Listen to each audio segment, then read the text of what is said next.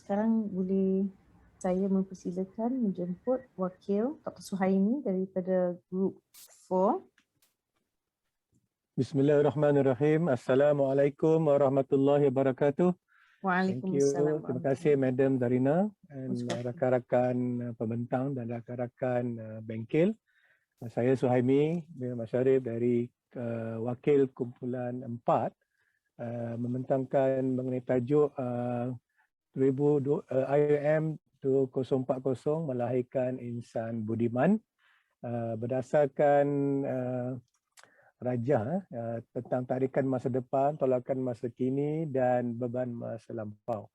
Hasil daripada perbincangan kumpulan 4 tentang melahirkan insan budiman, taklah mudah ni dalam masa berapa tahun lagi ni. Kita yang pertama tarikan masa depan kita menjadi lebih cakna, prihatin dengan keperluan masyarakat dan dari pelbagai peringkat. Kita tidak lagi melihat keperluan berdasarkan kelompok-kelompok tertentu, tapi kita melihat secara menyeluruh dan sesuai dengan gagasan IUM yang mahu melahirkan insan kamil. Kita seperti sudah terlupa akan matlamat ditubuhkan IUM adalah untuk melahirkan insan kamil, bukan insan yang bersifat pekerja pengeluaran ataupun pekerja tertentu. Jadi apabila kita melahirkan pekerja hanya menjadi profesion dalam bidang contohnya jadi accountant, jurutera, arkitek dan sebagainya, itu bukanlah sebenarnya satu profesion insan kamil. Itu hanya satu pekerjaan untuk mencari rezeki yang dipahami oleh masa kini. Tapi masa depan kita hendak menjadi insan yang sempurna, maknanya insan yang menyeluruh dari segi akidahnya jelas, dari segi ibadahnya sahih, akhlaknya yang mulia. Dan inilah yang tarikan masa depan. Kita mencari apakah model-model yang baik. Apa yang kita nampak hari ini yang dikatakan orang yang ada ilmu agama pincang pula akhlaknya. Orang yang hebat budinya tapi kurang pula akidahnya. Jadi kita tak mahu, kita nak supaya insan yang kita tarikan masa depan insan yang kamil, yang sempurna dari segi 3 aspek tadi. Dan IUM wujudkan satu tarikan tentang kebersamaan. Bersama maknanya kita hendak hidup bersama, memahami kekangan, memahami suasana, cara hidup dan sebagainya. Dan seterusnya tarikan pada masa depan berdasarkan gagasan-gagasan yang ada yang dicetuskan oleh pelbagai agensi di peringkat antarabangsa adalah dari sudut untuk menabur budi, menabur kebajikan, menabur kasih sayang, perhatian tanpa mengira apa juga batasan sama ada agama, kulit, ras dan sebagainya. Dan yang paling penting pada kumpulan 4 adalah kita hendaklah melakukan sesuatu itu dengan penuh minat dan dengan rasa gembira. Rasa gembira inilah menjadikan satu tarikan untuk terus bekerja dan menghasilkan satu keadaan yang amat menarik dan memberikan galakan kepada orang lain juga untuk turut menyumbang. Kita bukan membaiki diri sendiri sahaja, tapi kita juga membaiki orang lain untuk turut serta dalam gagasan melahirkan insan budiman. Dan apabila kita melihat kepada korona kedua, iaitu tolakan pada masa kini, bebanan yang kita ada, kekangan yang ada, di mana pandemik ini menyebabkan kita terpaksa bersama-sama. Kita terpaksa duduk bersama, kita bekerjasama dalam apa jua bidang, dalam pekerjaan, dalam pembelajaran. Kita juga pada sama kita melihat ada masyarakat yang perlu bantuan kita. Contohnya di samping kita merasa kita kesusahan, tetapi ada lagi segelintir masyarakat yang mengalami kesusahan, contohnya golongan asnaf, golongan B40, golongan yang tercicir. Pada masa ini dia timbul. Dia timbul sebab apa? Apabila ada kawalan perintah pergerakan, di situ masyarakat masyarakat yang susah akan timbul. yang selama hari kita tidak nampak dalam masyarakat kita. Dan akibat daripada suasana pandemik ini menyebabkan kita perlu membentuk satu budaya baru, norma baru untuk mendisplaykan diri kita agar menjaga diri, menjaga kesihatan dan menjaga juga komuniti kita. Kita tidak boleh lagi bersifat bersendirian. Kerana pandemik ini dia bersifat menyeluruh. Jaga kita, mana lindung diri, lindung semua. Jadi konsep lindung diri, lindung semua ini satu konsep yang dulu tidak ada, tapi disebabkan oleh tolakan pada masa kini kita terpaksa mengadaptasi akan budaya baru dan cara hidup baru ini yang menyebabkan kita lebih prihatin dan menyebabkan kita mahu terus bekerja melebihi apa saja yang kita letakkan dalam bentuk sasaran kerja tahunan dan sebagainya. Pada masa yang sama kita masih lagi dibebani oleh igawan-igawan masa lampau. Sejarah-sejarah yang kita lalui, contohnya dari segi golongan akademik yang dibeban dengan beban kerja yang sangat tinggi, sama ada dari segi akademiknya maupun pelajarnya, sehingga menyukarkan pelajar untuk bersatuan, melibatkan diri yang lebih dapat membentuk nilai peribadi mereka daripada menghasilkan kertas-kertas kerja, kertas-kertas akademik yang natijahnya tidak ke mana. Sekadar terperosok dalam jurnal ataupun terperosok dalam bentuk kertas kerja yang akhirnya sama ada dalam bentuk kertas ataupun digital hanya dalam bentuk Google Drive, tidak memberikan makna kepada sesiapa. Dan juga begitu juga dengan beban penyelidikan, mengejar sasaran kerja, mengejar kedudukan, ranking, keperluan MyRA, keperluan audit, pematuhan kepada berbagai piawaian seperti ISO, MQA, MyRA dan sebagainya. Benda-benda ini menyebabkan suasana yang terlalu terpencil dan menyendiri, menyebabkan tidak ada keinginan ataupun keupayaan untuk mencari penyelesaian kepada masalah yang dihadapi oleh masyarakat dalam bentuk masalah kewangan, masalah kekeluargaan, kasih sayang, kekeluargaan dan sebagainya, yang mana kita tahu kita mendengar di dalam akhbar tentang masalah kepincangan rumah dan perceraian yang akibat daripada hilangnya penghayatan terhadap agama dan juga nilai-nilai norma kehidupan, dan juga akibatnya akademik yang banyak pengetahuan terpaksa dipencilkan hanya kepada buat research dan dia terpaksa menghabiskan masa yang banyak untuk menerbit kepada jenis wasit yang berperingkat Scopus WS yang tinggi, yang akhirnya nilai tidak ada diberikan kepada masyarakat. Dan beban masa lepas juga kurangnya pengiktirafan dan sanjungan terhadap apa juga kerja yang melakukan. Kerja yang tidak dikira dalam ranking MyRA tidak dikira kerja.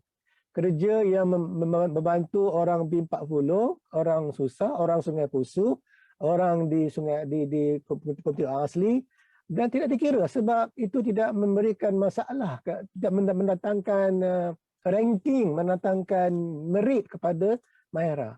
Akibatnya segelintir yang membuat memang betul-betul memang dia sanggup berkorban, tidak dapat merit dalam pekerjaan dan juga sanjungan kerja semata-mata hasrat murni untuk membantu mereka yang sangat susah. Walaupun akhirnya dia tidak dapat apa-apa merit, dia duduk kekal di tangganya, sama ada dia kekal di N11, sama ada dia kekal di DG41, dikekal di DS45 sampai dia pencen. Inilah sebab apa? Dia melibatkan habiskan masanya bersama dengan masyarakat, mencari solusi kepada masalah masyarakat, keluarga yang pincang, keluarga yang bercerai-berai. Akhirnya dia bersara, sama ada sebagai pentadbir, kaki tangan sokongan, ataupun pendidik, ataupun pengajar yang tidak diberi langsung pengiktirafan. Inilah beban masa lampau yang pada pandangan dan khemah kumpulan 4 yang perlu kita lihat dalam bentuk bila kita mahu maju ke hadapan, sebab ini adalah kata luka-luka yang berdarah yang akan menyebabkan dia tidak begitu tidak begitu positif untuk bersama dengan gagasan 2040 bagi dia, sama ada 2040 ke 2077 ke 2030 ke, bagi dia dunia dia yang dia nampak adalah dunia yang mengejar ranking, mengejar material, mengejar itu ini. Dan akhirnya bagi dia hanya sekadar mahu masyarakat dia lebih baik tetapi tidak diberi pengiktirafan. Jadi untuk menghasilkan insan budiman ini, kita kena kembali kepada dua perkataan ini. Insan, yang pertama insan tadi, kita kena memahami insan. Yang kedua, kita kena ada satu sifat yang mahu memberi kebaikan, memberikan penyelesaian kepada diri, masyarakat dan seluruhnya. Jadi itulah yang dibincangkan oleh kumpulan 4. Secara ringkasnya bagaimana kita mahu melahirkan insan budiman. Wallahu a'lam. Assalamualaikum warahmatullahi wabarakatuh. The next group is group 5 insya-Allah, Encik Muhammad Zaidi, dipersilakan. Assalamualaikum warahmatullahi wabarakatuh. Waalaikumsalam. Okey. Pertamanya saya mengucap terima kasih atas persediaan untuk memberi peluang pada kami untuk present atau memberi buah fikiran pada berkongsi dengan ahli-ahli akademik yang hebat-hebat ni. Sebenarnya Dr. Suhaimi adalah guru saya lah. Terima kasih. Saya rasa segan dah sebenarnya pasal Dr. Suhaimi, Dr. Syukran dan lain-lain ada ni, tapi tak apa, saya cuba terbaik lah. Dan kalau ada apa-apa kesilapan ke, tolong betulkan lah, insyaAllah. Okay. Kami daripada grup 5 ni akan diberi tajuk mengenai pengurusan pelajar generasi pada masa hadapan. Okey, apa yang perlu, apa yang kita akan present untuk tajuk ni adalah dari 3 sudut lah, iaitu daripada segi pull, push dan weight. Okay. Kami present simple je, kita pakai sticky note je. Okey. Okey, kenapa kita perlu ada tarikan atau pull? Iaitu dalam pull ni saya faham iaitu macam mana kita nak pada masa depan apa yang kita perlu untuk menjana pengurusan, macam mana kita nak mengurus pelajar generasi masa depan ni lah. Pasal apa sekarang ni, maksudnya 2040 generasi pelajar ni belum ada lagi. Kalau katakan 20 tahun lagi, dia belum lahir pun ada rasanya. Pasal 20 tahun lagi kan. Jadi sekarang ni pendidikan ni adalah kita akan bagi kepada bapa kepada pelajar yang akan datang ni 20 tahun lagi ni. Okey. Supaya bapanya boleh mengajar kepada anaknya yang akan 20 tahun lagi akan menjadi student pada universiti. Bukan setakat universiti UIA saja, universiti lain juga di Malaysia dan juga mungkin luar negara. Okay. Jadi macam mana kita nak menyediakan pelajar-pelajar ni, macam mana kita nak menguruskan pelajar-pelajar yang generasi sebenarnya, bukannya pelajar masa depan tapi generasi. Setelah kita 20 tahun lagi pun tak tentu kita ada lagi, tapi macam mana kita dah bagi cop tangan untuk mereka di masa depan supaya mudah diorang menguruskan pelajar pada masa depan. Okey, pertamanya daripada segi pool, iaitu kita perlulah ada sistem yang canggih untuk menguruskan sistem lah. Itu pada 20 tahun masa depan kemungkinan kita nak satu sistem di mana kita masuk satu kali saja and then dia boleh integrate sistem universiti. Maksudnya tak perlu amat ada satu lagi sistem, MSD ada satu sistem, finance ada satu sistem, library ada satu sistem. Jadi sistem yang berlainan. Kita nak satu integration, iaitu satu macam blockchain lah. Blockchain kan. Lebih kurang macam tu. Maksudnya sekali kita masuk, semua boleh akses. Okay? Macam kita punya ni lah, kita punya kad pengenalan. Kita boleh pakai macam-macam lah untuk pada masa depan, insyaAllah. Mungkin pada masa depan tu gadgetnya bukanlah kad ataupun smartphone. Ada kemungkinan spek mata ataupun apa-apalah gadget yang kita tak terfikir pada masa sekarang lah. Okey, lepas tu kedua,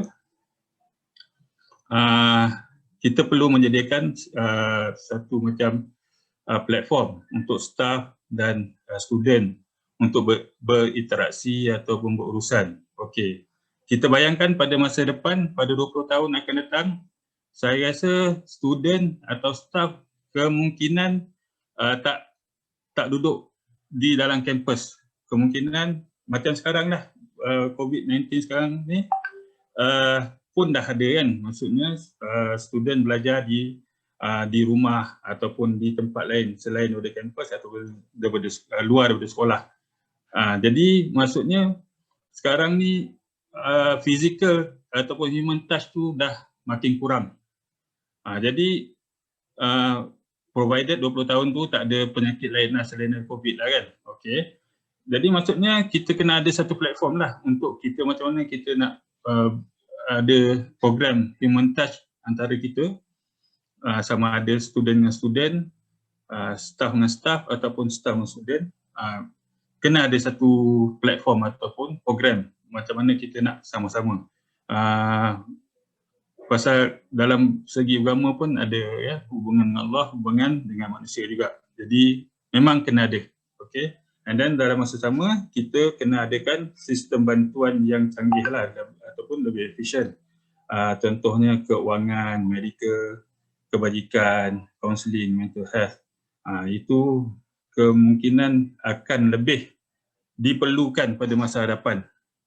Jadi macam mana kita nak memperbaiki lagi sistem pengurusan dan bantuan untuk menjadikan lebih mudah daripada sekarang. Walaupun sekarang dah mudah, tapi insyaAllah pada masa depan kita hendakkan yang lebih mudah lah.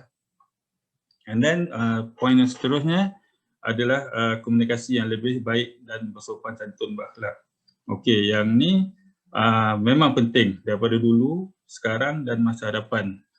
Dan benda ni pun memang diterapkan dalam ajaran Islam juga. Jadi benda ni harus diterapkan seterusnya hingga pada masa depan juga dalam pool lah. Okey, yang seterusnya dalam segi pool ni kita kena adakan garis panduan yang lebih fleksibel bagi menjana kreativiti. Okey, maksudnya dekat sini kita mungkin sebagai staf akademik ataupun staf admin, kita sebagai guideline saja, tetapi yang akan ni kita cerita pasal student. Jadi kita berikan kebebasan kepada student untuk berfikir dan memberi kreativiti. Kita sebagai guideline je, jangan dia pergi beyond the prosedur ke ataupun guideline lah. Kita guide dia macam mana nak mengurus keuangan, macam mana nak menguruskan program apa semua, tapi kreativiti berikan kepada mereka supaya diorang boleh develop diorang punya minda dan senang untuk masa depan nanti mereka sebagai pemimpin pelapis. Ya. Okey, lepas tu satu lagi kita minimalkan birokrasi. Ya. Saya percaya pada masa hadapan 20 tahun masa akan datang birokrasi akan lebih kurang lah. Mungkin kita masa tu kita punya insyaAllah akhlak kita dah bertamadun, maka based on trust tu mungkin akan lebih tinggi lah.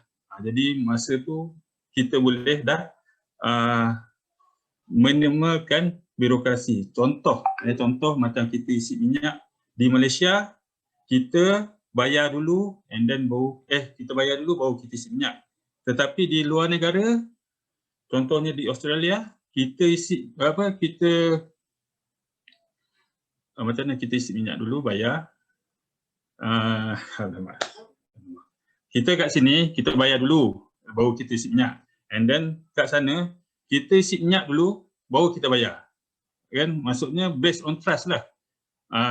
Kalau kita punya civilization kita masih rendah, ada kemungkinan kita isi minyak kita lari saja, tak membayar, kan? Tapi based on trust tu dah tinggi di setengah-setengah negara maju, just isi minyak baru kita bayar, kan? Mungkin daripada situ kita bila dah mentaliti masyarakat kita dah tinggi pada 20 tahun akan datang, birokrasi tu kita boleh minimalkan. And then hubungan yang lebih rapat untuk komunikasi yang lebih efektif. Ni pun pentinglah, kita kena cari cara macam mana kita boleh menghubung lebih rapatlah antara staff dan student.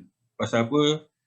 Kita nak mengelakkan daripada perkara-perkara viral lah. Perkara-perkara viral iaitu miscommunication antara student dan staff, dan juga staff dengan staff pun sama juga, dan staff student dengan student pun sama juga. Macam student dengan student pun bukan macam contoh kita daripada Asia dengan orang Afrika, mungkin dengan Asia Timur dengan Asia Barat, dia lain budaya dan cara penyampaian. Jadi daripada situ kita perlulah mencipta ataupun menjadikan macam mana kita nak cari jalan untuk lebih efektiflah komunikasi kita. And then seterusnya lebih banyak platform seperti Kesatuan Pelajar untuk value dan pengembangan diri pelajar, leadership and cooperation and extra. Maksudnya kat sini kita terapkan value, okey, value nilai. Macam dah kita universiti kita ni pun dah banyak talk about value, dan Dr. Suhaimi pun tadi pun ada cakap mengenai value. Value ni penting lah untuk reflect diri kita. Kalau kita tak ada nilai, macam mana kita terror pun, kita accountant ke, kita engineer ke, tapi tak ada value, tak ada nilai, adalah zero. Okay? Itu yang kita universiti ni ataupun rektor banyak menekankan bahawa universiti ni bukanlah kilang. Bukan kita produce a product, tapi kita produce insan.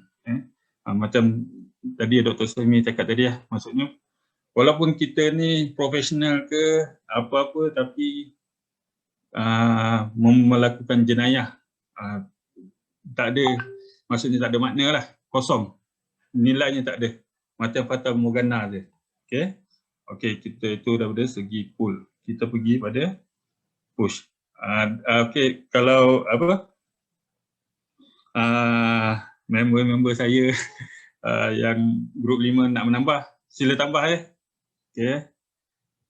Okay, dari segi push, itu apa yang kita boleh tolak untuk kita buat benda-benda ni pada masa hadapan, iaitu apa yang kita perlu buat masa ni lah, untuk apa yang sudah saya bagi tahu atau present tadi, iaitu kita kena terapkan daripada segi tadi integration, Islamic, international relation, comprehensive excellence. Ini kita kena faham betul-betul lah. Bukan setakat akademik je, admin pun penting untuk memahami benda-benda ni. Pasal apa? Kita sama-sama, tujuan kita sama, walaupun daripada segi functionnya berlainan, tapi tujuan kita sama, kepentingan kita insya-Allah sama juga. Macam akademik akan mendidik anak-anak bangsa ataupun anak-anak orang Islam dan siapa-siapalah yang belajar di universiti ni. Tapi kita, admin ni adalah support. Kita yang buat menjaga pengurusan, walaupun mungkin ada kelemahan ataupun macam tu, tapi insya-Allah kita sama-sama ada satu tujuan, iaitu untuk universiti kita lah. And then tu kita kena faham dah apa ICE ni. And then dalam masa sama kita kena kuatkan juga hubungan kita dengan pelajar dan juga staff supaya tadi saya cakap tadi untuk mengelakkan miscommunication ataupun salah faham lah. Macam kadang-kadang bila pengurusan memberi satu announcement iaitu macam COVID apa semua ni, and then student rasa tak selesa apa semua. Jadi sebenarnya itu komunikasi tu yang kita lack sebenarnya. Kalau macam mungkin yalah saya tak nilah mungkin tak nak menyalahkan sesiapa. Tapi kalau macam katakan kita sealiran sama fikiran, student dan staff sama-sama memahami, insya-Allah tak ada masalah nak piket ke ataupun tak puas hati sesama kita lah. Staff tak puas hati dengan pelajar, pelajar tak puas hati dengan staff. Itu kita boleh, kalau boleh kita nak hapuskan terus. Kita nak hubungan semua adalah harmoni. Dia ada hubungan juga dengan mengelak ketegangan dan stres. Apabila benda-benda ni berlaku tadi, akan mewujudkan ketegangan lah dan stres. Jadi yang negatif-negatif lah ya. Jadi kita nak elakkan, kita kena elakkan lah perkara-perkara ni untuk mengelakkan stres. Dia akan ada kaitan satu sama lain. Okey. Poin seterusnya adalah pengurusan yang lebih berkesan, cepat dan mudah. Ni ada kena mengenai juga dengan teknologi lah. Ya, teknologi kita kenalah fikirkan macam mana kita nak membuat satu pengurusan yang lebih berkesan.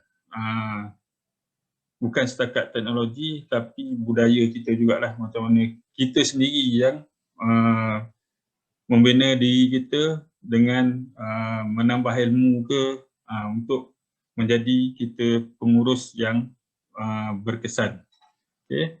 Lepas tu tadi sebenarnya dia ada kaitan dengan mengelak ketegangan tadi, iaitu isu mental health yang semakin menular. Sekarang ni kita pun faham bukan setakat staff, student pun ramai. Kalau kita pergi tengok statistik, saya pun tak ada statistik tu sebenarnya. Saya dengar-dengar saja. Kalau kita boleh pergi pada sumber-sumber yang boleh dipercayai, memang ada kes-kes macam ni. Macam inilah yang kita nak elakkan pada masa ni, iaitu dengan macam mana kita nak mengelakkan isu-isu mental health ni yang selalu yang semakin menular lah. Lagi-lagi sekarang ni kita mempunyai media masa yang amat cepat. Dulu mungkin orang boleh sorok-sorok, sekarang tak boleh. Sekali dia keluar, dia akan pergi satu dunia dia boleh pergi. Jadi lagi-lagi kalau isu mental health ni berlaku pada URA, and then nama URA akan ni buruk lah. Okay. And then Maaf Encik Darappa, you have 2 minutes more ya? Okay. Sorry. Okay, tak apa. And then mengurang kos, kurangkan kos, and then membuat penyematan pengurusan. Dalam masa sama sebenarnya kita boleh tambah sebagai income generation jugalah. Daripada sekarang kita kena fikirkan. Lepas tu penambahbaikan sistem yang sedia ada itu paperless. Jadi paperless ni ada kaitan juga dengan agenda kelestarian, iaitu SDG. Kita ada 17 SDG, iaitu macam apa, memelihara pokok, memelihara alam sekitar dan juga manusia. Jadi paperless ni akan mengurangkan pencemaran semualah. And then the last adalah record arkib yang lebih teratur, iaitu kita kena ada record yang teratur supaya record kita ni boleh ditengok atau menjadi kajian lampau pada orang-orang masa hadapan untuk mengelakkan kesilapan yang sama berulang. Okey, weighted ni iaitu kita apa bebanan atau kekangan. Iaitu pertama saya ringkaskan dulu iaitu kewangan, kekangan daripada segi masa, kekangan daripada segi kepakaran, and then kekangan segi daya pemikiran, iaitu cara pemikir banyak negatif semua tu kan. kadang-kadang benda ni kita nak buat untuk kebaikan, tapi ada juga negatif thinking. Itu antara berbenah lah. Lepas tu proses yang merumitkan iaitu birokrasi. Lepas tu kekurangan sokongan daripada pihak pengurusan. Kadang-kadang benda ni, pihak pengurusan ni kadang-kadang miscommunication. Dia tak faham antara satu sama lain, kehendak satu sama lain, itu yang menjadikan pengurusan tak tahu apa yang staff atau student nak. Jadi itu yang menjadi kekangan lah. Lepas tu birokrasi iaitu punca kuasa. Kadang-kadang kita buat sesuatu ni tak tahu apa punca kuasa dia. Itu yang menyebabkan kadang-kadang pergi ke internal audit ataupun legal. Ya, pasal apa? Orang tak sepatutnya meluluskan menjadi meluluskan. Lepas tu isu overruling, lack of empowerment itu selalu bila dah ada keputusan di overrule lagi keputusan, jadi mengelirukan, ya, mengelirukan orang yang dapat kerja. Kadang-kadang ini kekangan lah yang antara kita ada. Lepas tu perbezaan budaya. Ya, kita JYA ni mempunyai berbagai budaya daripada Afrika, daripada Amerika, daripada India, daripada Bangladesh, daripada Indonesia, even Malaysia kan. Kita pun banyak budaya antara kita.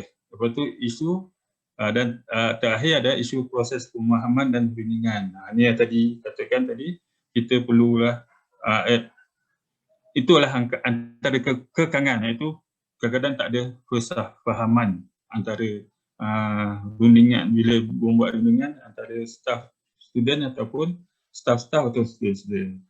Itu sajalah yang daripada grup 5 boleh present untuk setakat ni. Terima kasih Doktor. Terima kasih Doktor. Terima kasih Encik Zaidi. It's a very good presentation. Can I now invite Professor Azura daripada grup 6? Bismillahirrahmanirrahim. Assalamualaikum warahmatullahi taala wabarakatuh.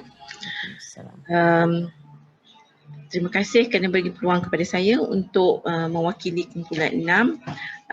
Fasilitator kami adalah Brother Brodin. Okey, kami diberi tajuk Campus Eco, IIUM. Jadi 3 perkara utama yang dibincangkan adalah pull, push dan weight. Untuk faktor-faktor dalam pull aspect adalah pertamanya kita bercita-cita menjadikan kampus UIA ni menggunakan ataupun memaksimumkan penggunaan green energy. Contoh green energy adalah solar system, windmill harvesting, dan kita juga bercita-cita untuk memaksimumkan penggunaan air dalam tanah seperti telaga tiup dan memaksimumkan recycle penggunaan air. Contohnya air daripada wuduk boleh digunakan semula untuk dipam ke dalam toilet. Kita juga bercita-cita untuk menjadikan kampus ini kampus yang menggalakkan gaya hidup yang sihat. Contohnya kita ada dusun-dusun, taman-taman terapi. Di samping juga kita nak jadikan kampus kita kampus yang negatif, carbon negatif. Untuk pengetahuan semua, kampus kita memang dah banyak pokok, tetapi ianya boleh diperkembangkan lagi dengan mengadakan dusun-dusun wakaf, taman terapi, dan setiap mahalah boleh adakan projek setiap satu produk satu mahalah.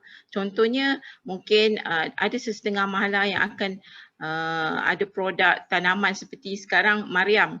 Mahalah Mariam telah buat penanaman nenas. Contohnya. Di samping itu kita juga boleh menggalakkan penanaman pokok-pokok buahan supaya student-student kita dan staff-staff kita boleh dapat sumber-sumber makanan yang nutritious, bernutrisi tinggi dengan mudah. Alright, kalau kita tengok kat sini dalam pool ni, kita juga mahukan kelas kita ni adalah kelas, kalau boleh 70% daripada kelas yang kita jalankan adalah dalam secara online, pengajaran dan pembelajarannya. kecuali kepada kos-kos atau kursus-kursus yang memerlukan hands-on seperti engineering, medical, science dan sebagainya. Maaf, Puan Azura, can you try and reduce that distraction from the background noise? Hold on Okay, because I'm working from home, so the I children understand. also having class right now. Oh, no. Oh, so there must be ada the banyak guru. background. The cikgu, no problem. Right. No problem. Okay.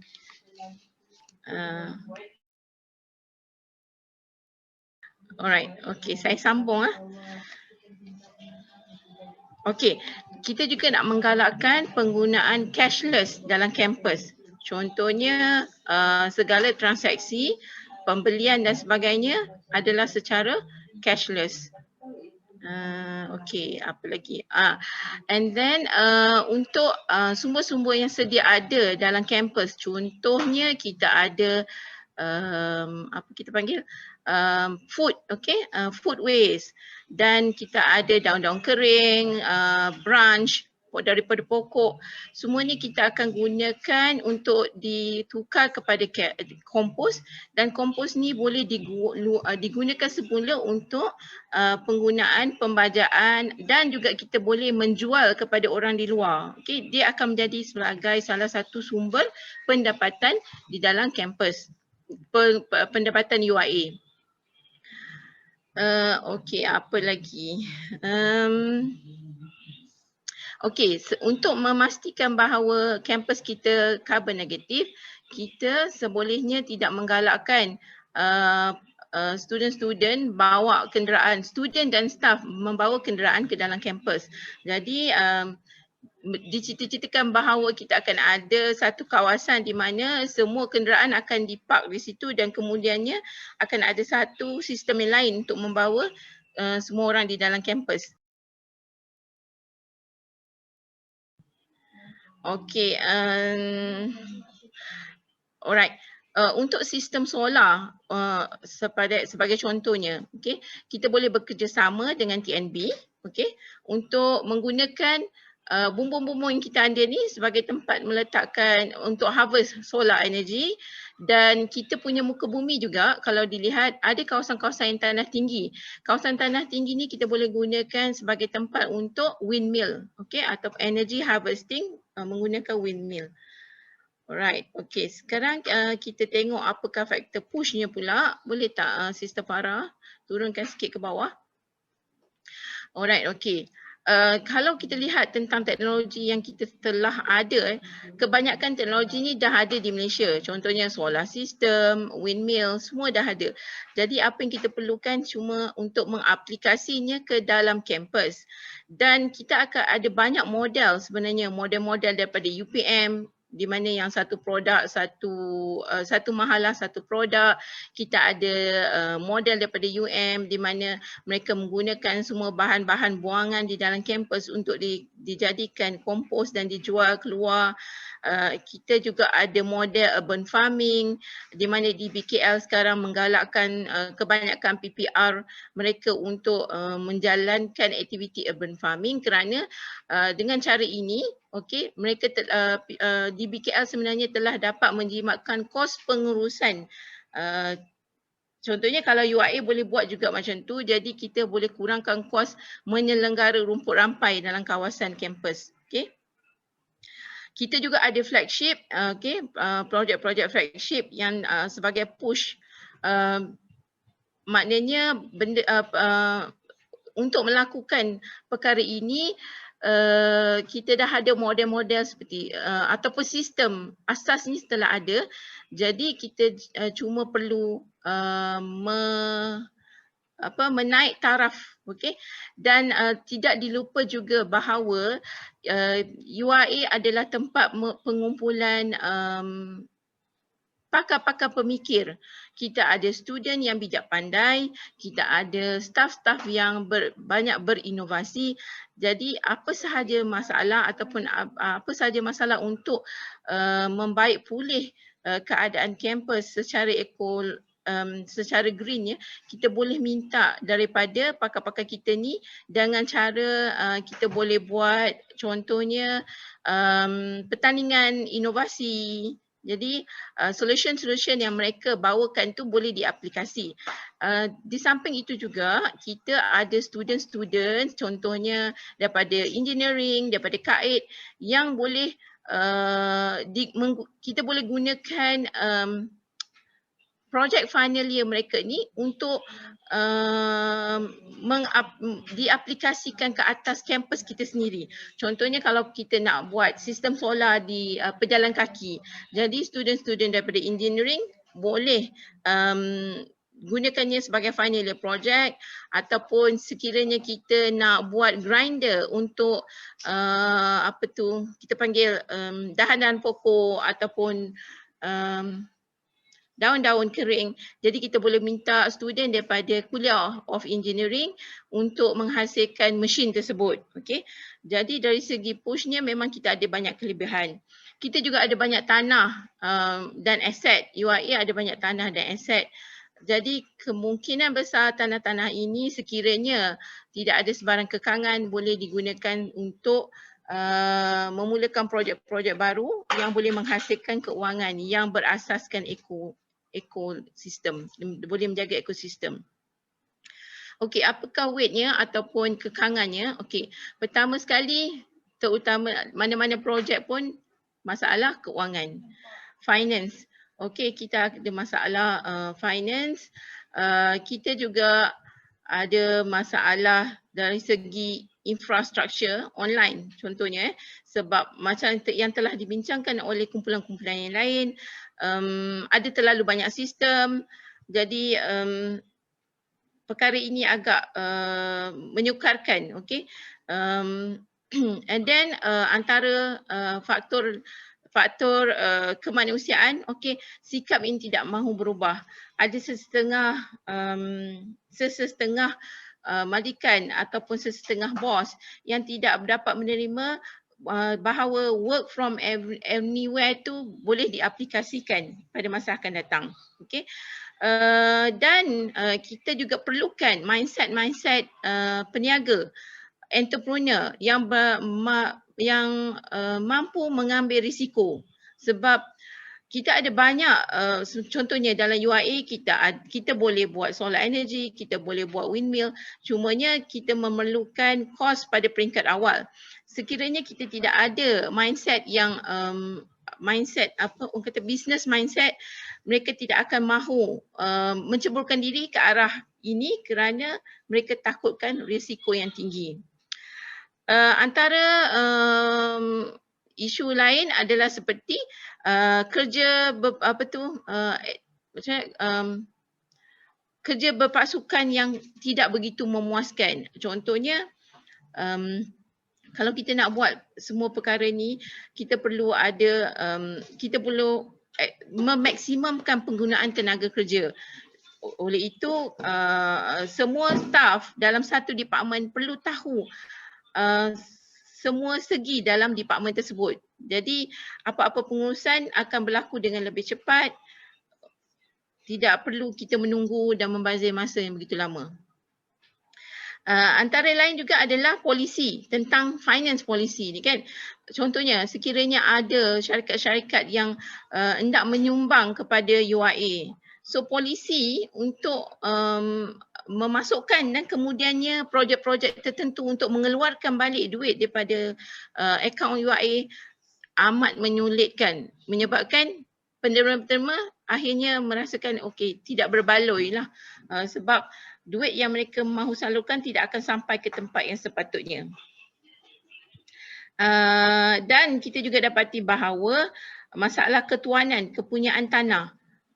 Contohnya ada sesetengah tanah UIA yang boleh dimajukan sebenarnya tetapi ownershipnya bukan UIA. Jadi walaupun kita ada idea untuk memajukan tapi kita tidak dapat melakukan perkara tersebut kerana kekangan ketuanan tanah ni. Dan yang terakhirnya adalah semangat sayangkan universiti di kalangan alumni dan di kalangan staf sendiri. Okey, ada sesetengah staf yang datang bekerja kerana mereka merasakan ini adalah satu pekerjaan untuk mendapatkan duit, bukannya sebagai ibadah untuk memberi ilmu kepada yang lain. dan juga alumni bila mereka keluar daripada UIA, mereka tidak merasakan bahawa mereka sayangkan UIA dan mahu membangunkan UIA bersama-sama. Saya rasa itu saja dari kumpulan 6. Surah. Okay, InsyaAllah boleh saya jemput Madam Mazlina daripada grup 7. Okay, Bismillahirrahmanirrahim.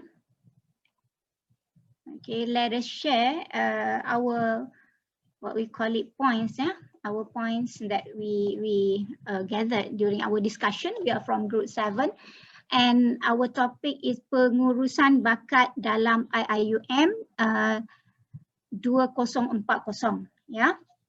So we brainstorm and we come up with ideas and also points based on the triangle. Of course, with the pool of the future image, and then we talk about the weight of the history and push of the present. So allow me to share the pool of the future image. Everybody can hear me, Madam Zarina? Yes, I can hear you. All right, okay, good. I might use champurization, English and Malay, boleh ya? Boleh. All right, okay. When we talk about the talent management in 2040, we look at IIUM as the organization with high integrity values. Yeah? We put integrity values at the first on the top of the list, yeah, because it will lead to every good things. Yeah. So the second part, we want to see IIUM talent is more on the sejahtera environment. Yeah, we want to create a sejahtera environment and a working culture that make the staff feel belong to the university. Yeah, the love for the university is there, so we can reduce the problem of brain drain, like what had been said by our friends, and also we will touch on that with of history. Maaf, Puan Mazlina, sorry, can I just ask, are you comfortable to mix Bahasa with English? Because this originally the bagel was supposed to be Malay, so we wanted it to be Bahasa, yeah, as much as possible. I cuba ya, my Bahasa. I'm sure your Bahasa is better than mine. Lebih hebat daripada Okay. My Bahasa is better. I take notes too. I lembab menulis bahasa, so I put everything in English. Tapi saya cuba ya. Saya cuba berbahasa Melayu. Oh my. Poin ketiga kami adalah institusi yang menguruskan bakat para pekerja dia, community dia berdasarkan ilmu, akhlak dan juga trust, ya. Dan kita ingin mengadakan transfer of knowledge tu, ya, transfer ilmu kepada yang lain, ya, sebab kita ni ada masanya akan pergi ke pension and what not. Jadi kita hendak mengadakan ada talent management yang ada elements di mana kita menurunkan ilmu yang kita ada kepada orang lain, ya, tapi masih berteraskan akhlak. Ya, and then kita nak ada a set of people, ya, tenaga kerja kita, workforce dalam IIUM ini mempunyai pengetahuan yang tinggi dan kompeten. Kompeten apa Melayu? Kompeten lah ya. Maknanya kaki tangan kita ini mestilah mempunyai skill yang bagus, ya, macam-macam skill dan kreatif dalam bekerja. So bila mereka mempunyai banyak skill ataupun multitasking, mereka akan able untuk membuat kerja-kerja dengan lebih kreatif dan bagus, ya. Dan pada masa yang sama, bila kita ada knowledge, ya, kita boleh share knowledge kita globally. Yang kita tengok sekarang, our academic staff bukan sahaja mengajar di IIUM, bukan sahaja mengajar pelajar di IIUM, malah mereka boleh share ilmu, ya, berkongsi ilmu di peringkat international ya through online. So kita mengharapkan pada 2040 talent kita ada, pakar-pakar yang kita ada ya, kita ada expert in many areas. So mereka ini akan menyebarkan ilmu.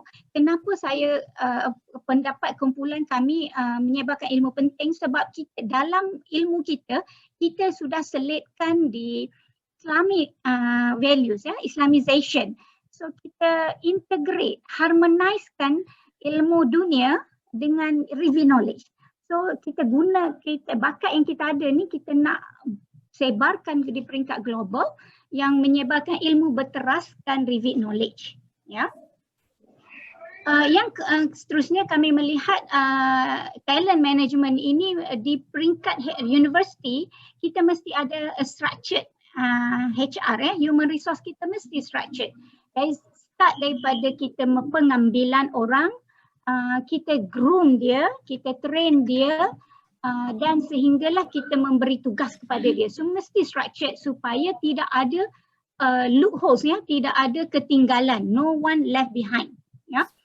So dan mereka-mereka ini sama ada akademik atau administratif mestilah diberi recognition yang sepatutnya, diberi pengiktirafan ya, diberi pengiktirafan yang sepatutnya ya. And then kena ada career development yang kita encourage staff kita untuk mencari lagi ilmu. Ini saya kaitkan dengan khair. Bila kita kata khair, kita ada elements of iqra. Iqra ini bukan semata-mata membaca, tetapi membaca dan menggunakan ilmu itu untuk jalan kebaikan dan membentuk pembangunan ummah yang baik ya. So the management should be two-way communication, no more top down, yeah, and also bottom up sahaja tidak boleh juga. So we have to have a balance, ya, maknanya two-way communication between pihak pengurusan dan juga pihak pekerja. Alright, the pool of the future image kita juga mengharapkan dalam in 2040 tu kita punya polisi semua adalah fleksibel dan friendly, tapi masih mesti ada element of control. Jika tiada element of control, kita mungkin akan kehilangan kontrol dan jadi haru biru lah.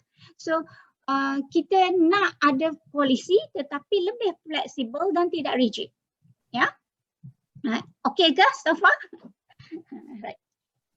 Okay, next is kita bercakap pasal teknologi ya. Kita dalam talent management semua baik akademik maupun administratif, kita melihat dari segi teknologi itu perlu di-upgrade ya, perlu di-upgrade, di-upgradekan and then it should be integrated. Ya, kita tidak mahu lagi ada sistem-sistem yang digunakan secara silo, berasingan, di mana pengumpulan data dan data management adalah satu masalah. So we want something yang integrated ya, and friendly.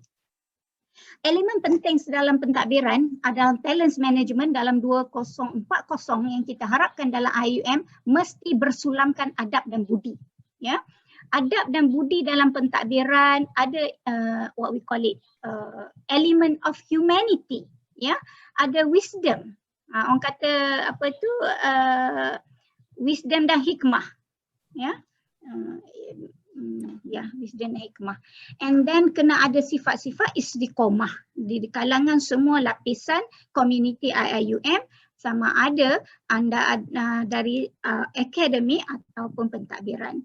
Yang terakhir, bahagian pool of the future image yang penting adalah financial sustainability. We have to work, we have to to find ways ya, kita kena ada jalan untuk menjadikan universiti kita ini self-sustain. Ya, ada sumber sendiri supaya kita dapat membangunkan kita punya pengurusan bakat dengan baik. Ya, kalau kita tengok sekarang pengurusan bakat boleh dibangunkan dengan baik, tapi ada masalah financial constraint in which saya akan sentuh dalam Weight of History. Okay, Madam Zarina, so far? Yes. Berapa minit lagi saya ada? It's already 1:20. Alright, so, I will go fast, yeah. I will go fast. Can I give you another 5 minutes or so? Alright, good. So on the weight of history yang kami sentuh sini adalah isu appreciation and recognition ya, pengiktirafan dan peng-appreciate. So kita melihat how far universiti ini acknowledge and dengan kita punya pencapaian ya dari semua baik akademik maupun administratif. Itu yang disuarakan oleh orang-orang IIUM committee kita punya staff.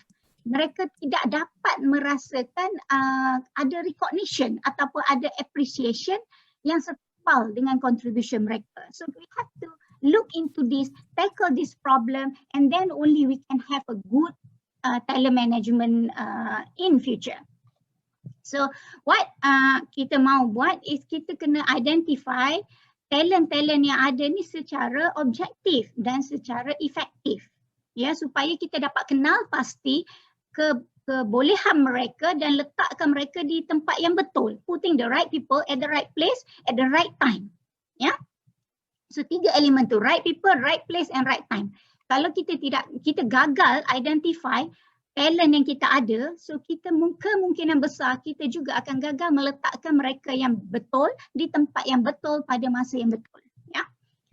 So kita melihat juga pada masalah sekarang ialah infrastructure, especially kepada academic staff. Mereka tidak mempunyai infrastructure support yang baik, especially those from science dan teknologi punya bidang ya. So ini membunuh kreativiti mereka, pull them down, ya, dia orang nak buat research semua.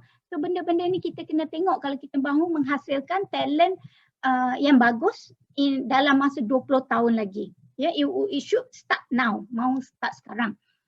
So satu lagi is cascading process daripada pihak top management kepada ground. Saya sebut di sini pihak kami tadi berbincang dan kata macam kita sedikit kalau gagal rasa ekstrim pula, kita sedikit kurang berjaya mengoperationalizekan apa yang universiti mahu kepada peringkat akar umbi. Ya, kita cascade not effectively. This is what we know. And then another issue is financial constraint. Ini semua tahu, kita tak ada duit, government pun tak ada duit. But kita kena overcome benda ni supaya kita dapat menghasilkan good talent management, pool of talents expert which is internationally recognized dengan sumber-sumber kewangan yang kita ada atau sumber-sumber kewangan kita boleh cipta. Ya. So another issue yang menjadi weight pada talent management is brain drain. So kalau kita bincang dalam brain drain, perkara pertama kita kena tengok adalah kenapa mereka meninggalkan universiti. Sebab kadang-kadang kalau kita tengok, kita tanya, mereka yang meninggalkan universiti bukannya kerana gaji, ya. Maknanya monetary factor is bukan isu utama. Ya, gaji dan wang itu bukan faktor utama untuk mereka meninggalkan universiti, tetapi kebanyakan mereka tidak berpuas hati dengan pentadbiran dan tidak berpuas hati, tidak merasa satisfied, ya, tidak berpuas hati dengan pengiktirafan yang diberikan, recognition daripada universiti. So kita di sini kita tengok elemen kadang-kadang bila orang nak berhenti kerja, jawapannya okey berhentilah, ramai lagi kat luar nak kerja kan, mencari kerja. So sindrom kami panggil sindrom sekali petik 10 datang tahu. Ni macam cerita 3 Abdul. 10 sekali petik 10 datang. So sindrom ini tidak boleh diguna pakai lagi. Sebab kalau you nak retain a good one, you tak boleh kata you go 10 comes. Tapi you tak tahu yang 10 datang tu belum tentu ada value dan knowledge macam orang yang pergi. Ya. Suka juga kami menyentuh sini tentang birokrasi dan red tape, tapi juga telah dibincangkan dalam grup sebelah tadi. So I'll move to the recognition dari segi quality award. Ini saya zoom kepada tadi masa kami bincang, saya bagi idea ni. Kami pun berbincang dan zoomkan isu quality award ini kepada administrative staff. Ya. Kenapa evaluation criteria tu kadang-kadang lebih kepada tidak reflect the quality. So saya kriteria itu perlu di-review perlu dilihat semula, dikaji semula di mana ianya mesti menggambarkan kualiti dalam seseorang bila kita mengangkat mereka sebagai quality staff. Ya, so kita juga nampak macam kita tak berapa ada structured succession plan. Macam tak ada ya. Bila orang ni pergi, siapa akan ganti, semua tu tidak clear bagi saya. Alright. So next our team will talk about the push of the present. So in order for us to retain the talents ni, kita juga kena bijak melihat apa competitors kita buat. Pusing buat apa. Semua. Kita kena ada semua tu. And then we must learn from the other organisation the best practice yang dibuat oleh universiti lain ya. The HR, why not kita learn for betterment. And then university should be cultivate the care value to all levels of staff ya. Orang kata budaya kerja datang time in time out tu perlu diubah. Kita kena datang kerja meletakkan dia sebagai amal. Lagi sebagai amal, bukan lagi sebagai tempat hanya punch in punch out buat kerja.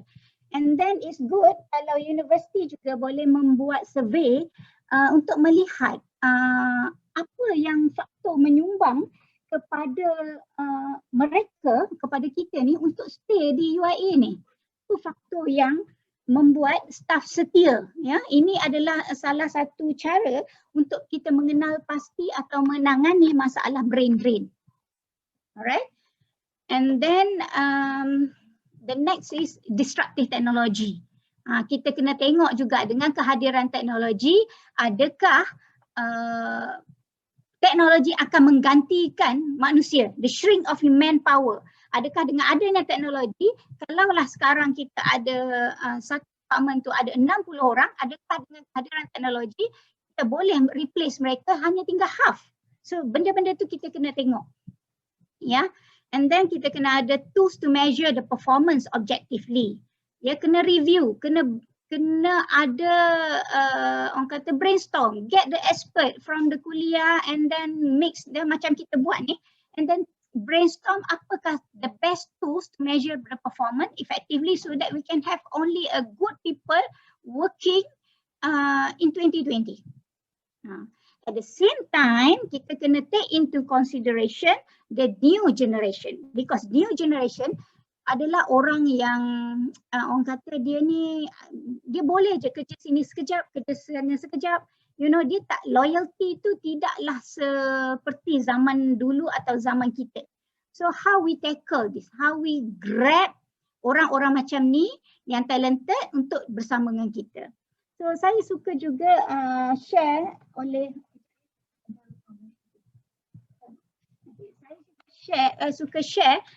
idea yang di-share oleh Puan Fazidah tadi ya, on konsep Profesor Amal, di mana ini dapat menyumbang kepada financial sustainability, di mana kita mengambil profesor-profesor yang telah berpencen untuk menjadi tenaga kerja, menjadi expert di kuliah tetapi tanpa pembayaran gaji. Ini nampak sukar tanpa gaji. Tetapi benda ini is doable, boleh dibuat sebab kalau strong spirit of amal tu, maknanya kita hanya memberi facility pada mereka. Macam beri office, beri kemudahan laptop, internet, kemudahan access to the library, classroom and what not. Cuma mereka tidak mendapat gaji. Tapi kalau kata ini mustahil, tidak. Sebab universiti lain sudah buat. So kita kena tengok apakah good practice yang telah dibuat oleh universiti lain dalam mengembangkan talent management mereka. So the last one is the concept of trust. Ya, kita mesti ada trust, ya, ada kepercayaan dalam memberi kerja kepada staff. Maknanya bukannya check kan, sikit-sikit nak check, jadi siapa tadi sebut micromanaging, everything you nak micromanage, you tak delegate, disebabkan ketiadaan absence of trust, ya, ketiadaan sikap ataupun value tu, nilai-nilai kepercayaan kepada staff.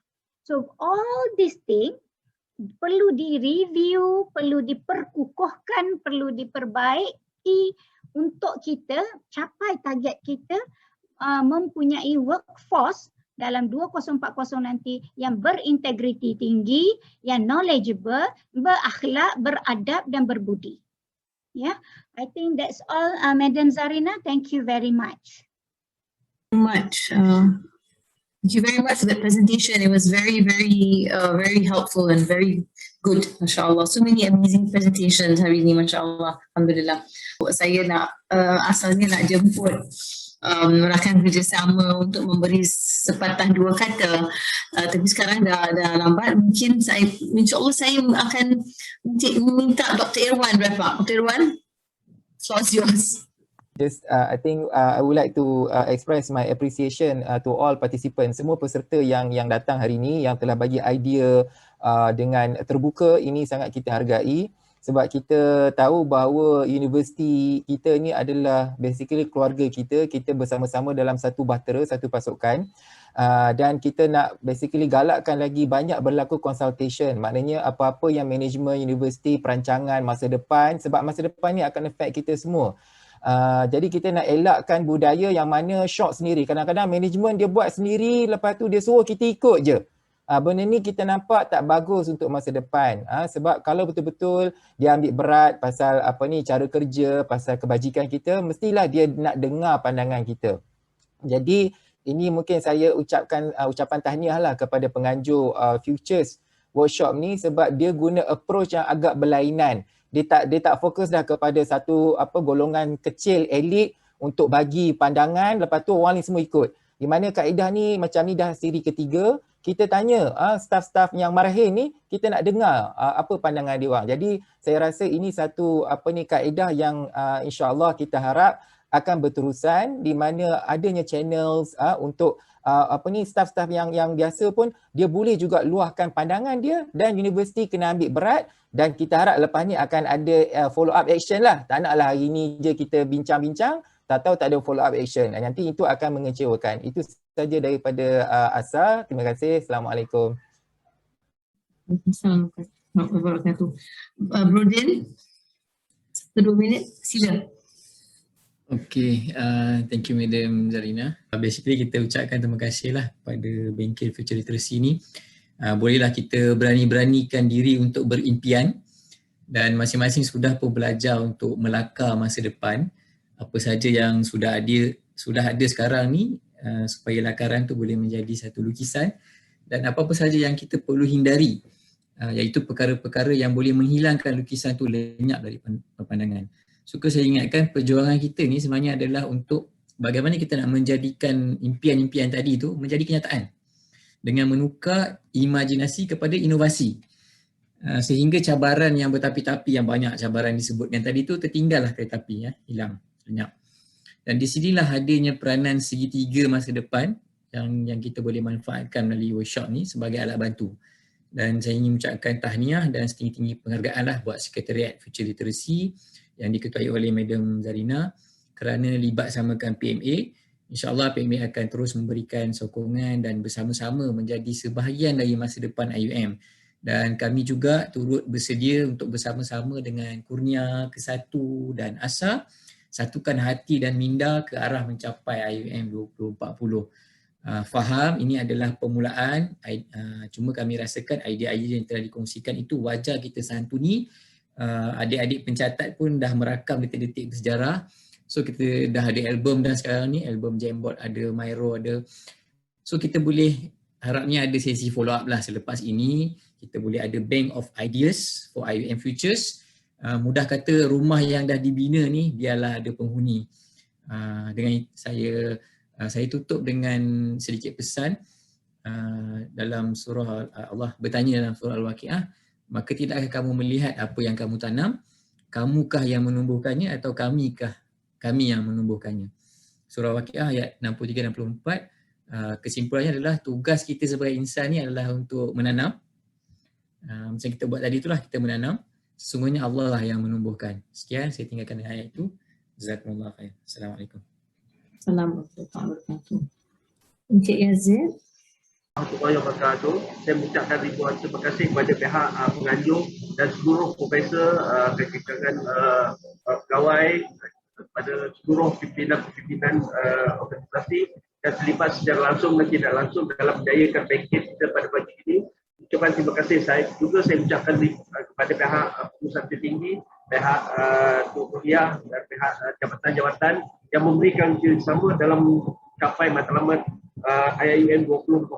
Mudah-mudahan kerjasama daripada semua pihak, daripada pihak-pihak intelektual, daripada pegawai dan kaki-tangan support ini akan dapat menjadikan IIUM satu organisasi yang disegani, dihormati di masa yang akan datang, 20 tahun akan datang. InsyaAllah, mudah-mudahan Allah Ta'ala memberkati segala usaha dan kerjasama. Kita bermohon dan berdoa dalam bulan Ramadan yang berkat ini, mudah-mudahan Allah Ta'ala kabulkan segala permintaan kita. Wallahu a'lam bishawab. Assalamualaikum warahmatullahi wabarakatuh. Waalaikumsalam warahmatullahi wabarakatuh. Terima kasih. Amin, amin ya rabbal alamin, ya arhamar rahimin. Doanya yang insyaAllah makbul pada hari Ramadan ini. Mudah-mudahan malam ini juga malam barakah ya, insyaAllah hari Kamis, malam Jumaat, 10 hari yang terakhir, awakhir Ramadan. Mudah-mudahan kita semua dapat Lailatul Qadar. InsyaAllah amin ya. Saya cuma nak echo, nak repeat poin yang bagi saya yang penting adalah insyaAllah ya, dengan nombor satu niat kita selalu tajdidun niat, memperbaharui niat. Dan lepas semua bengkel ni, semua nota-nota, everything, how are we going to move forward? Dan saya ada sedikit pengalaman dalam dunia policy ni daripada saya keluar daripada bangku sekolah, daripada my university, saya terus masuk think tank. Saya dah 25 tahun ni saya tengok policy, selalunya kita nak tukarkan policy untuk menjadi action tu adalah part yang paling susah. Paling susah. Macam-macam rintangan, cabaran. Selalunya willpower kurang, kemahuan tu kurang. Dan team pun kurang united. Kadang rakan-rakan bersatu hati, lepas tu kadang satu rakan terpaksa tukar kerja, keluar daripada office atau ada politik, macam-macam. So akhirnya jadi macam ancam anai-anai. Willpower tu yang awal-awalnya kuat, jadi lemah. Akhirnya benda tu macam ibarat meja yang ada 2 kaki atau 3 kaki. So it's not functioning tau. Bagi saya, in my humble opinion, macam mana nak implement action, macam mana kita nak move ahead and move forward. So mungkin selepas hari ini insyaAllah saya niat nak cadangkan lagi satu meeting yang dengan penganjur dan facilitators, mungkin dengan note takers juga, mungkin dengan presenters. Ada beberapa presenters saya rasa mereka membentangkan dengan sangat penuh passion, sangat-sangat himmah, semangat tu saya boleh rasa, saya yakin, saya percaya dan saya ada tahu yang beberapa individu ni mereka memang nak buat perubahan. Mereka nak ambil langkah-langkah, mereka nak ambil steps. Kami harus menjemput mereka ke meja. And I don't mean that literally. Kita kena bawa ke depan, kita kena jemput ke meeting. Lepas tu mereka ada beberapa individu yang tidak memerlukan banyak motivasi untuk bergerak. Kami mesti jumpa lagi presenters, facilitators, rakan bekerjasama. And then we need to talk macam mana kami mungkin boleh discuss macam mana kita boleh naikkan satu komiti itu khusus untuk fokus kepada action. So kita contoh ambil satu recommendation, satu policy. So kita nak bergerak ni sekarang daripada tak ada action ke tahap yang kedua ada action. Lepas tu kalau apa rintangannya, siapa atau apa mekanisme yang dalam IU ni yang menghalang, yang tak boleh bagi kita nak move forward. Kenapa tak boleh move forward? Kalau kita tak tackle, benda ni tak akan jadi. Alhamdulillah hari tu saya ada tulis artikel kepada Star on this subject tentang execution. Weak execution sudah sabotage semua national economic plans dalam negeri kita. Alhamdulillah, saya mulai dulu di ISIS Malaysia. So saya nampak beberapa economic plan daripada Vision 2020, macam-macam lah. Bumi Putra, procurement strategy, macam-macam. Kalau kita kata kita tak boleh buat, kita lemah, saya tak percaya. InsyaAllah dengan niat dengan doa, dengan niat yang murni seperti mana yang Tan Sri kata tadi waktu keynote address ya. Niat murni, ikhlas dengan doa bulan Ramadan ini, insya-Allah kita tak tengok any other agenda, insya-Allah nanti lepas ni kita jumpa lagi dengan Dr. Irwan, dengan Brother Brodin, dengan Cik Yazid, dengan Cik Saupi, dengan Dr. Suhaimi, Encik Muhammad Zaidi, Profesor Azura, Madam Mazlina. Saya memang niat nak kumpulkan semua presentations yang saya rasa Masya Allah, kita duduk berkumpul dengan kita buat plan apa langkah yang kedua, tiga, keempat. Itu saja yang saya nak mengatakan, that's all. Terima kasih banyak-banyak. Okay, Assalamualaikum semua. Semuanya mewakili Kurnia mengucapkan jutaan terima kasih di atas undangan untuk menyertai program ni, bukan sekadar di peringkat yang seperti sebelum ni kita mungkin hadkan kepada peringkat kepimpinan ataupun NJK dan aktivis, tetapi kali ini dibuka kepada kita panggil ground lah, ataupun akar umbi, khususnya di IUM kita ni. Dan saya juga mengucapkan tahniah kepada penganjur, walaupun dalam keadaan kita sedang berada di 10 terakhir Ramadan, tapi kita masih segar dan bersemangat untuk menjayakan program ini secara bersama. Saya ucapkan terima kasih dan tahniah kepada semua daripada Kurnia. Sekarang kita boleh baca Fatihah dan juga suratul As wa tasbih kafarah, insya-Allah. Fatihah. Auzubillahi minasyaitonir rajim. Bismillahirrahmanirrahim.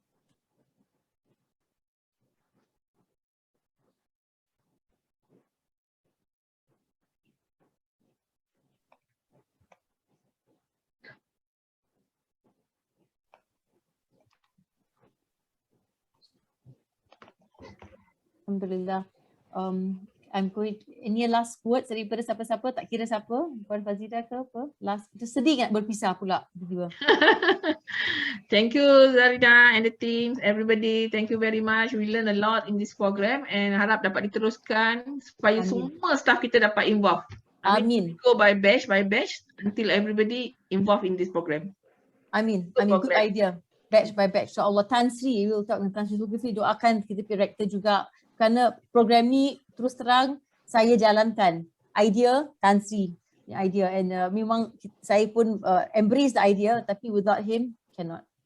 Tapi Alhamdulillah, terima kasih banyak-banyak semua, Dr. Irwan, Brodin, Cik Yazid and all my facilitators who helped me. Profesor Ida yang bagi nama facilitators yang lain, Profesor Aslam, Riasat, Profesor Ainul, Dr. Siti. Dr. Siti also helped us last time, dia member of the forum yang moderated by Dr. Haniki. Terima kasih banyak-banyak. Jazakumullah khairul jazak. InsyaAllah kita jumpa lagi. InsyaAllah lepas Hari Raya. Selamat Hari Raya dan maaf zahir batin. Selamat beribadah. We only have a few more days in bulan Ramadan, insyaAllah. Tak maaf. Assalamualaikum warahmatullahi ta'ala wabarakatuh. Waalaikumsalam warahmatullahi ta'ala wabarakatuh. Waalaikumsalam warahmatullahi wabarakatuh. Waalaikumsalam. Terima kasih semua. Terima kasih semua. Terima kasih. Assalamualaikum. Waalaikumsalam warahmatullahi wabarakatuh.